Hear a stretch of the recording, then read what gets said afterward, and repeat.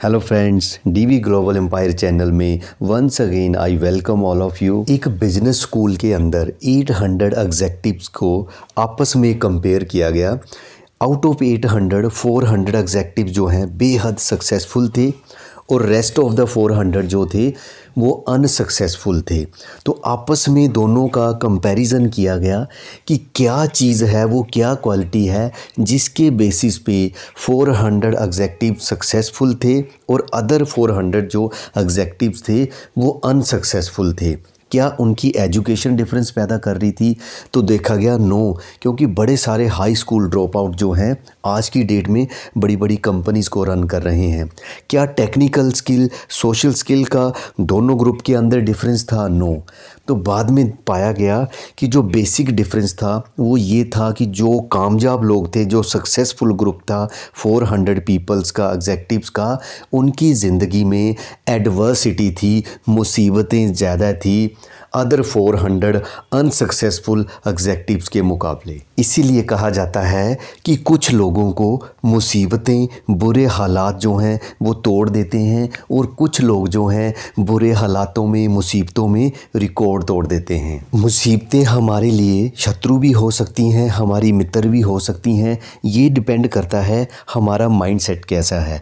क्या हम मुसीबत आने पर उसका सामना करते हैं या फिर हम गिव अप कर देते हैं? हमारी मेंटल हैबिट्स क्या हैं? अगर तो हम मुसीबतों का सामना करेंगे तो डेफिनेटली ये हमारे लिए मित्र का काम करेंगी। ऑथर कहते हैं आप ज़िंदगी में जब भी डिस्करेज फील करें तो आपने दो बातें करनी है। एक तो है आपने अपने एफर्ट्स डालना बंद नहीं करने हैं।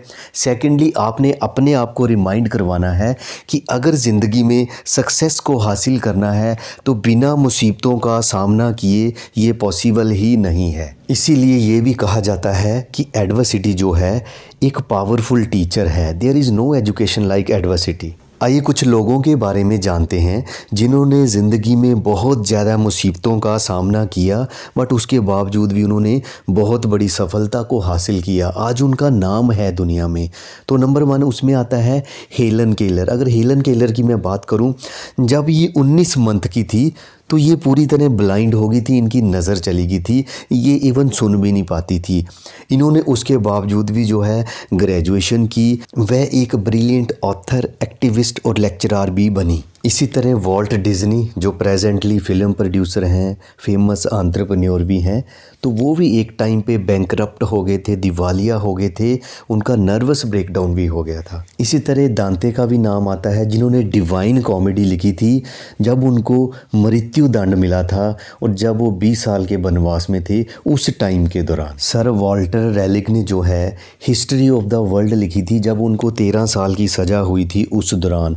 मार्टिन लूथर को भी इसी तरीके से अपनी सज़ा के दौरान जो है उन्होंने बाइबल को ट्रांसलेट किया था। तो और भी बड़ी सारी ऐसी हिस्ट्री भरी पड़ी है सक्सेसफुल लोगों से जिन्होंने ज़िंदगी में मुसीबतों को फेस किया और कामयाबी को हासिल किया। अगर आप बिजनेस में हैं या सेल्स प्रोफेशन के अंदर हैं तो आपको नो और रिजेक्शन का भी सामना करना पड़ेगा। फियर ऑफ नो और फियर ऑफ रिजेक्शन कई लोगों को ये अपाहिज बना देता है। रिमेंबर, ये आपके प्रोफेशन का एक पार्ट है। आपने इससे डरना नहीं है बल्कि इसका सामना करना है। ऑथर कहते हैं कि incompetent people don't know that they are incompetent. उनको पता ही नहीं चलता है कि वह इनकॉम्पिटेंट है। इसीलिए वो कहते हैं people don't know that they don't no.